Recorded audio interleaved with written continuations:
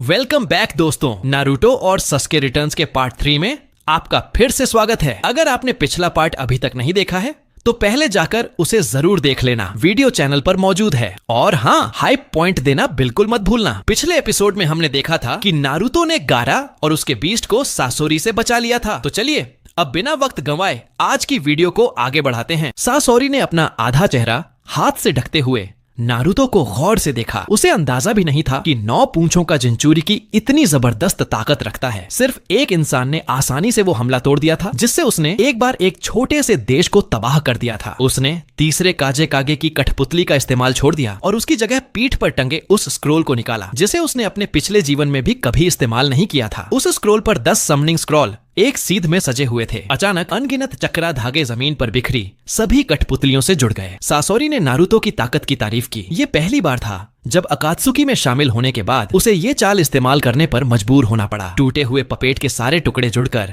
एक विशाल दैत्याकार पपेट में बदल गए, जो किसी बीजू जितना बड़ा था, और उसकी असली बॉडी उस पपेट के अंदर समा गई। ये था उसका अल्टीमेट ट्रम्प कार्ड, 100 मशीनों का पुनर्गठन। ये देखकर नारुतो को सास्के की सुसानुओं की याद आ गई। उसने माना कि सासोरी वाकई एक जीनियस है। वो विशाल पपेट एक ही झटके में अपनी तलवार घुमाते हुए नारुतो पर झपटा। स्पीड इतनी तेज थी कि नारुतो भी पल भर को चौंक गया। इतना बड़ा होने के बावजूद पपेट जरा भी सुस्त नहीं लग रहा था। नारुतो ने फ्लाइंग थंडर गॉड का इस्तेमाल कर पास के कुनाई के पास टेलीपोर्ट किया, लेकिन सासोरी ने यह पहले से भांप लिया था। जैसे ही नारुतो प्रकट हुआ, पपेट के मुंह में बीजू बम जैसी एनर्जी बॉल बनकर छूट गई। थोड़ा हैरान होकर नारुतो ने तुरंत उंगली काटकर 3 लेयर्ड रस्सन गेट एक्टिवेट किया। गेट्स ने मुश्किल से उस अटैक को रोक लिया। रेत गांव को और तबाही से बचाने के लिए नारुतो ने फुल स्पीड में लड़ाई खत्म करने का फैसला किया। उसने हैंड साइन बनाते हुए सैकड़ों शैडो क्लोन बना दिए। हर एक क्लोन ने सुपर ओडामा रसेंगन तैयार किया और सबने मिलकर पपेट पर जबरदस्त हमला बोल दिया। पपेट की आर्मर काफी मजबूत थी, लेकिन सेज मोड के इस तगड़े अटैक में वो टूटने की कगार पर पहुंच गई। नारुतो ने फिर उतेई बोनकाई नो जुत्सु यूज किया। आसमान से गामा बुंटा नीचे आ गिरा, जिसने पपेट को आखिरी झटका दिया। सासोरी आखिरकार हार मान गया। उसने नारुतो से पूछा कि वो आखिर है कौन। मुस्कुराते हुए नारुतो ने कहा कि उसका और अकात्सुकी का मकसद एक ही है, इस दुनिया को एकजुट करके अंतहीन लड़ाइयों को खत्म करना। सासोरी हल्के से मुस्कुराया और बोला कि उसने अपनी हार स्वीकार कर ली है, अब जो चाहे वो कर सकता है। भविष्य की कठिन लड़ाइयों को सोचते हुए नारुतो समझ गया कि उसे और साथियों की जरूरत होगी। उसने गारा से गुजारिश की कि उन्हें माफ कर दिया जाए, क्योंकि वो यकीन करता था कि अब वो बुरा रास्ता नहीं अपनाएंगे। गारा ने तुरंत उसकी बात मान ली। इसके बाद नारुतो ने सासोरी से कहा कि उसकी कठपुतलियां इतनी ताकतवर इसलिए हैं क्योंकि उनमें उन्हीं आत्माओं की शक्ति समाई है जिन्हें वो मिटाना चाहता था। ये सुनकर सासोरी कुछ पल को ठिठक गया, फिर हल्की मुस्कान के साथ डीडारा के साथ रेत गांव से निकल गया। रास्ते में डीडारा ने उसे छेड़ा, मैंने तो पहली बार तुम्हें ऐसा चेहरा बनाते देखा है, कहीं नारुतो से दोस्ती तो नहीं करोगे? सासोरी ने उसकी बातों को नजरअंदाज किया और फ्लाइंग टाइगर को रिपेयर करके सफर जारी रखा। थोड़ी देर बाद साकुरा आगे आई और नारुतो की तबीयत के बारे में पूछा। उसने हंसते हुए कहा कि बस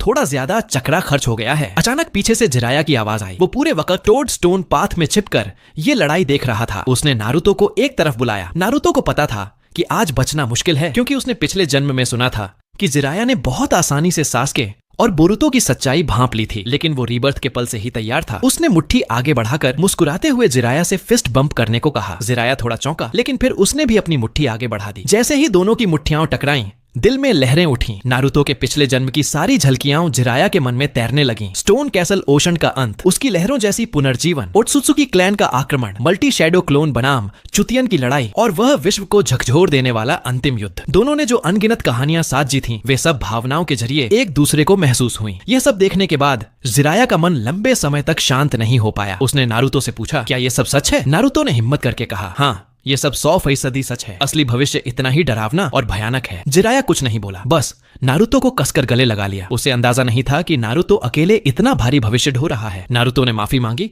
कि उसने शुरुआत में सच्चाई नहीं बताई। जिराया मुस्कुराते हुए बोला, मैं समझ सकता हूँ। समुद्र में अपनी नींद वाले अंजाम को देखकर उसने कसम खाई, इस बार मैं नारुतो का सबसे मजबूत सहारा बनूंगा। ये सुनकर नारुतो भी मुस्कुरा पड़ा और रो पड़ा। उसने भी वचन दिया, इस जन्म में मैं गुरु की रक्षा करूंगा। दोनों के खुलकर बात करने के बाद वे अचानक गायब हो गए। जब वे दोबारा प्रकट हुए तो वे माउंट म्योबोकू में थे। उन्हें बुलाने वाला कोई और नहीं बल्कि गमामारू था। जिराया ने गमामारू को देखते ही घुटनों पर झुककर प्रणाम किया। थोड़ी बातचीत के बाद गमामारू ने गंभीर मुद्रा अपनाई। जिस भविष्यवाणी के बच्चे को उसने अपने स्वप्नों में कई बार देखा था, उसका अंजाम अब थोड़ा बदल गया था। शिनोबी वर्ल्ड का भविष्य अब उस सुनहरे बालों, नीली आंखों वाले लड़के और उस लड़के के हाथों में है जिसकी आंखों में शक्ति बसी है, या तो वे इसे अभूतपूर्व समृद्धि की ओर ले जाएंगे या फिर इतिहास के सबसे बड़े विनाश की ओर। नारुतो जानता था कि वो और सासुके ही वे दोनों हैं। गमामारू भविष्य देख सकता था, इसलिए वह जानता था कि नारुतो और सासुके भविष्य से आए हैं। नारुतो आश्चर्य से उसे देखने लगा। गमामारू ने उसे शांत रहने को कहा और फिर अपने मुंह से 2 ताबीज निकाले। ये वही पवित्र औजार थे जो उसने कभी सेज ऑफ 6 पाथ्स को दिए थे। ये ताबीज मरते हुए व्यक्ति को फिर से जीवित कर सकते हैं। ओत्सुत्सुकी क्लैन से लड़ने के लिए माउंट म्योबोकू बस इतना ही मदद कर सकता था। नारुतो ने आदर से उन्हें स्वीकार किया। गमामारू को प्रणाम कर दोनों वहां से रवाना हुए। वापसी के रास्ते में जिराया ने नारुतो के मासूम चेहरे पर झलकती परिपक्वता देखी। वह भावुक भी हुआ और गर्व भी हुआ कि नारुतो सच में बड़ा हो गया है। अब समय आ गया था कि वह नारुतो को बगुआ सील की चाबी सौंप दे। उसने नारुतो को बुलाया और समनिंग से स्क्रॉल टोड निकाला। नारुतो ने समझदारी से चाबी स्वीकार की। अब अगला कदम था 9 टेल की सील खोलना। नारुतो जैसे ही सील पर बंधी पट्टी हटाने लगा, एक पीली चमक ने अचानक उसका हाथ पकड़ लिया। नारुतो मुस्कुरा पड़ा। उसे पता था ये मिनातो है। मिनातो नारुतो को पहचान कर हैरान था, लेकिन कुछ कहने से पहले ही 9 टेल बेचैनी से बोला, बाद में बातें करना, पहले मुझे बाहर निकालो। कुरामा की आवाज सुनकर मिनाटो थोड़ा पीछे हट गया। वो चाहता था कि माहौल थोड़ा शांत हो जाए, लेकिन नारुतो ने कहा, रुको पापा, पहले मुझे कुरामा को आजाद करने दो। कुरामा नाम सुनते ही मिनाटो चौंक गया। उसने हैरानी से पूछा, यानी यही है 9 पूंछ का नाम? जब उसने नारुतो के हाथ पर बनी सील की चाबी का निशान देखा, तब जाकर उसके चेहरे पर सुकून लौटा, क्योंकि इसका मतलब था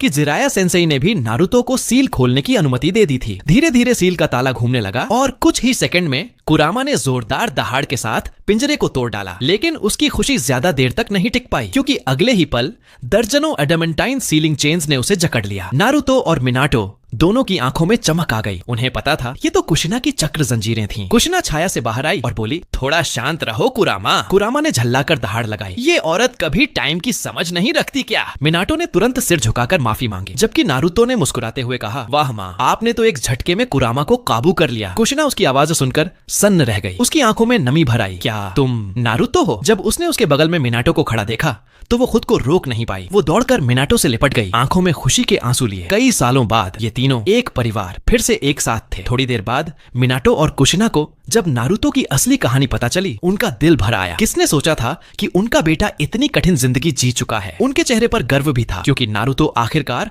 होकागे बन चुका था और उसका अपना परिवार भी था। बस अफसोस ये था कि उसका अंत इतना दर्दनाक रहा। लेकिन अब वो जानते थे वो उनके बेटे पर गर्व कर सकते हैं और उसे अपनी तरह भरोसा दे सकते हैं। खूबसूरत पल ज्यादा देर नहीं टिकते। चक्र खत्म होते होते मिनाटो और कुशिना के शरीर धीरे धीरे पारदर्शी होने लगे। जाने का वक्त आ गया था। मिनाटो ने कहा, कुशिना, जो कुछ कहना है अब कह दो। कुशिना ने रोते रोते नारुतो को कसकर गले लगाया और वही बातें दोहराई जो उसने मरने से पहले कही थी। खुश रहना, अच्छा खाना और कभी अकेला महसूस मत करना। नारुतो ने जबरन मुस्कान लाई। मत सोचो माँ, अब मेरे साथ कुरामा है और बहुत से साथी भी, मैं अकेला नहीं हूँ। फिर भी आंसू उसकी आंखों से बह निकले। इतना ताकतवर होकागे भी उस पल एक बच्चा बन गया जो सिर्फ रो सकता था। कुरामा कुछ नहीं बोला, बस चुपचाप पास बैठ गया, अपने पुराने दोस्त का साथ निभाते हुए। मिनाटो और कुशिना की आखिरी झलक धुंधली हुई और जब नारुतो की चेतना वापस लौटी, वो एक बार फिर बन चुका था परफेक्ट 9 टेल्स जिंचूरी की। जिराया ने उसे देखकर हैरानी से कहा, ये तो मेरी उम्मीद से कहीं ज्यादा ताकतवर हो गया है। नारुतो ने बस हल्की मुस्कान दी। अब वक्त आ गया है गुरु, असली लड़ाई का। गुरुजी, आप पहले गांव लौट जाइए, मुझे सासके से कुछ जरूरी बात करनी है। इसके बाद उसने फ्लाइंग राइजन का इस्तेमाल किया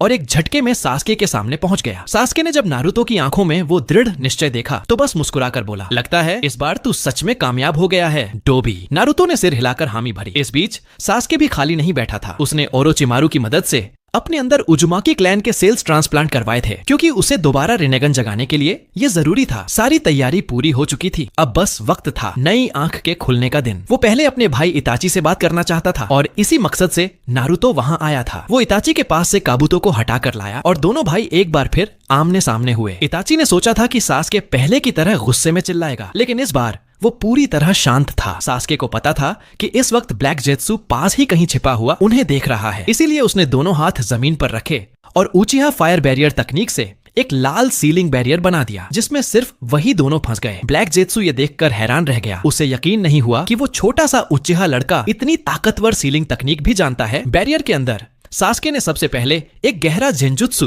ब्रह्मजुत्सु चलाया। इताची ने तुरंत उसे तोड़ने की कोशिश की, लेकिन कुछ नहीं हुआ, क्योंकि अब सास्के की आंखों की शक्ति उससे कहीं आगे निकल चुकी थी। जब इताची ने देखा कि सास्के के पास भी मांगेक्यो शारिंगन है, तो वो हैरान रह गया। सास्के के दिल में कई भाव उमड़ रहे थे, पर वो खुद को रोकते हुए बोला, भैया, इस जन्म में मैं तुमसे लड़ना नहीं चाहता। वो समझ चुका था कि भले ही वो पहले अपने भाई के रास्ते को नहीं मानता था, पर उसने कभी उसे नकारा भी नहीं था, क्योंकि वो उसका सबसे प्यारा भाई था। इताची कुछ बोल पाता उससे पहले ही सास्के ने आगे बढ़कर उसे कसकर गले लगा लिया और धीमे स्वर में कहा, बस अब बहुत हो गया भैया, मुझे सब पता चल चुका है। इसके बाद उसने इताची को सारी सच्चाई बताई, किस तरह वो पहले मर चुका था और किस तरह किस्मत ने उसे और नारुतो को एक और मौका दिया इस निंजा दुनिया को बचाने का। इताची को यकीन नहीं हुआ। उसने पूछा, क्या ये बात तुम्हें उस मुखौटे वाले ने बताई? सास्के ने सिर हिलाया, नहीं, वो बात मुझे पहले जीवन के ओबितो से पता चली थी। इसके बाद सास्के ने अपने शारिंगन से उसे आने वाले समय की सारी घटनाएं दिखाई, वो सारी लड़ाइयां, वो बलिदान और वो भविष्य जिसे वो दोनों बदलने लौटे थे। वो बोला, भैया मैं असल में तो अब यहाँ का नहीं था, पर किस्मत ने मौका दिया है इस निंजा वर्ल्ड को बचाना, यही हमारा मकसद है और इसके लिए मुझे तुम्हारी मदद चाहिए। कुछ पल बाद जिंजुत्सु टूट गया और इताची गहरी चुप्पी में डूब गया। वो मुस्कुराया,